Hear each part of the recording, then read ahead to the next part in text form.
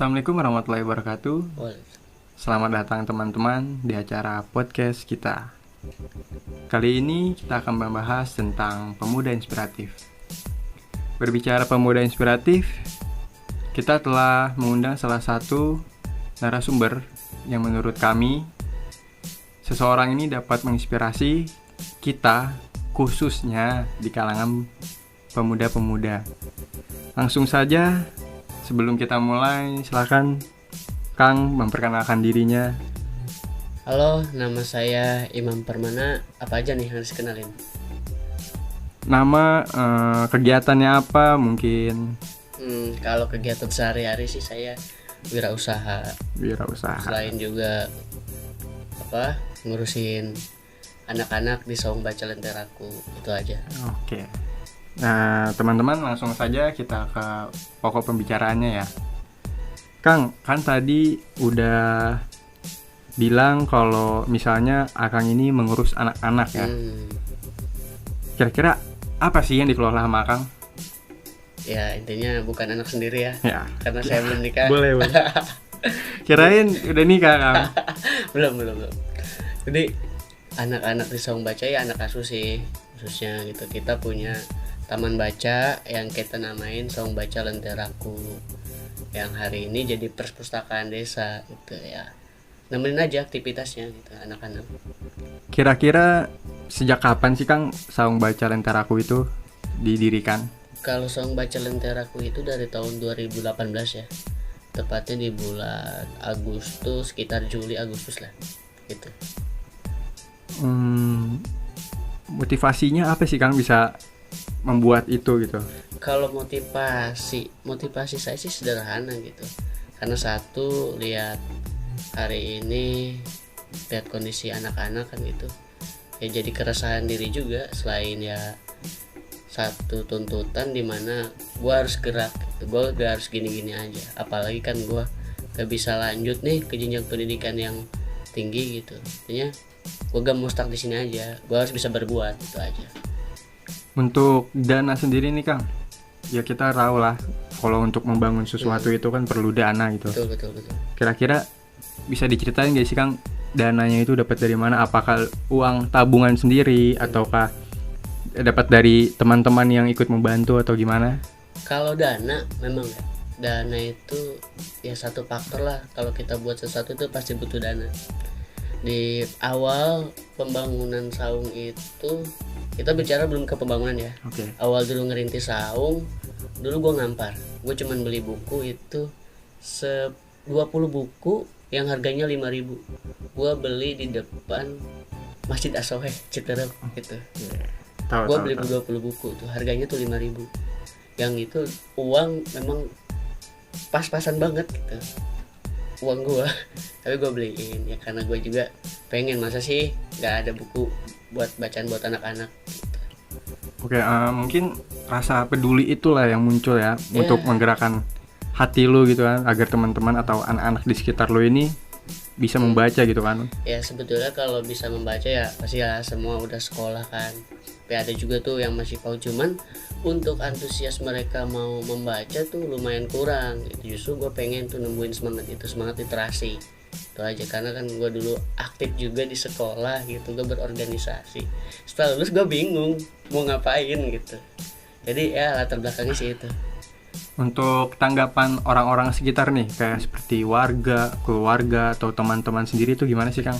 Kalau teman-teman sekitar alhamdulillah support gitu. Bahkan mereka juga yang ngasih donasinya ke gue gitu. Kan gue cerita, gue posting, gue kalau gue lagi buat ini taman baca gitu, mau support gak? Alhamdulillah ada gitu dukungan. Terus dari masyarakat sekitar, justru masyarakat sekitar yang paling antusias gitu. Bahkan saat pembangunan 2018 akhir tuh, sekitar awal November, akhir November sampai awal Desember, masyarakat yang gerak gitu, dengan gua yang jadi motornya gitu. Itu aja. Alhamdulillah banget tuh antusiasnya. Kalau orang tua sendiri gimana tuh nanggepinnya? Ya orang tua sih awalnya cuek ya gitu. Ya karena mereka mikir ngapain sih, mending lu kerja aja gitu, buang-buang waktu. Tapi ya seiring berjalan waktu ya alhamdulillah mereka support gitu. Terus kegiatannya apa aja sih Kang di Saung Baca Lenteraku ini? Kalau awal-awal setahun berjalan kita punya 4 program gitu. Dari membaca itu, terus juga kita fun games yang kita angkat permainan tradisional, terus kita konseling pelajaran, dan juga kita roadshow ke RT-RT sekitar gitu. Tapi itu cuma bertahan 1 tahun. Kalau hari ini kita buat lebih simpel karena memang keterbatasan juga sumber daya manusianya gitu. Hari ini kita kerjasama bareng guru-guru yang ada di lingkungan. Mereka mau mengajar, jadi kita buat simpel sekarang cuman bimbingan belajar aja, berkategori dari kelas 1 sampai kelas 6. Untuk hambatannya nih kan saat membangun proses itu kan pasti ada hambatannya. Apa aja sih hambatannya? Hambatan satu support ya, support tenaga khususnya dari teman-teman sekitar. Awalnya itu susah, itu gue ngerasa kok gue kayak capek sendiri gitu. Alhamdulillahnya untung itu ketutup tuh sama orang tua yang ada di sini gitu. Terus juga waktu sih, waktu ya, antara gue harus milih pekerjaan sama gue harus yang ngabdi di masyarakat ya, bangun ini gitu, itu aja. Untuk kegiatan Saung Baca Lenteraku ini apakah setiap hari atau setiap minggu atau apa ada agenda tersendiri gitu, misalnya sebulan berapa kali? Kita per pekan sih, tapi nggak menutup diri untuk teman-teman atau adik-adik kita buat belajar di Saung, nggak gitu. Kita terbuka, itu aja. Tapi yang pokok per minggu, per pekan.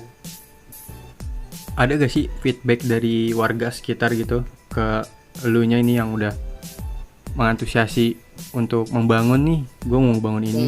Kira-kira apa sih, ada gak sih feedbacknya, atau kayak mereka ikut nyumbang atau apa gitu? Ada sebagian ada. Kalau feedback tuh nggak melulu harus materi juga ya. Bahkan saat pembangunan pun orang tuanya hadir dan membantu tuh udah feedback luar biasa buat gue gitu. Satu, motivasi awal, dan yang terlebih gitu anak-anak antusias.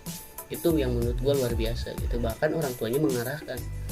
Itu luar biasa banget kalau buat gue gitu. Jadi itu suatu proses penghargaan kalau bagi gue. Oke, berarti nggak harus feedbacknya tuh nggak harus apa gitu. Yang penting materi.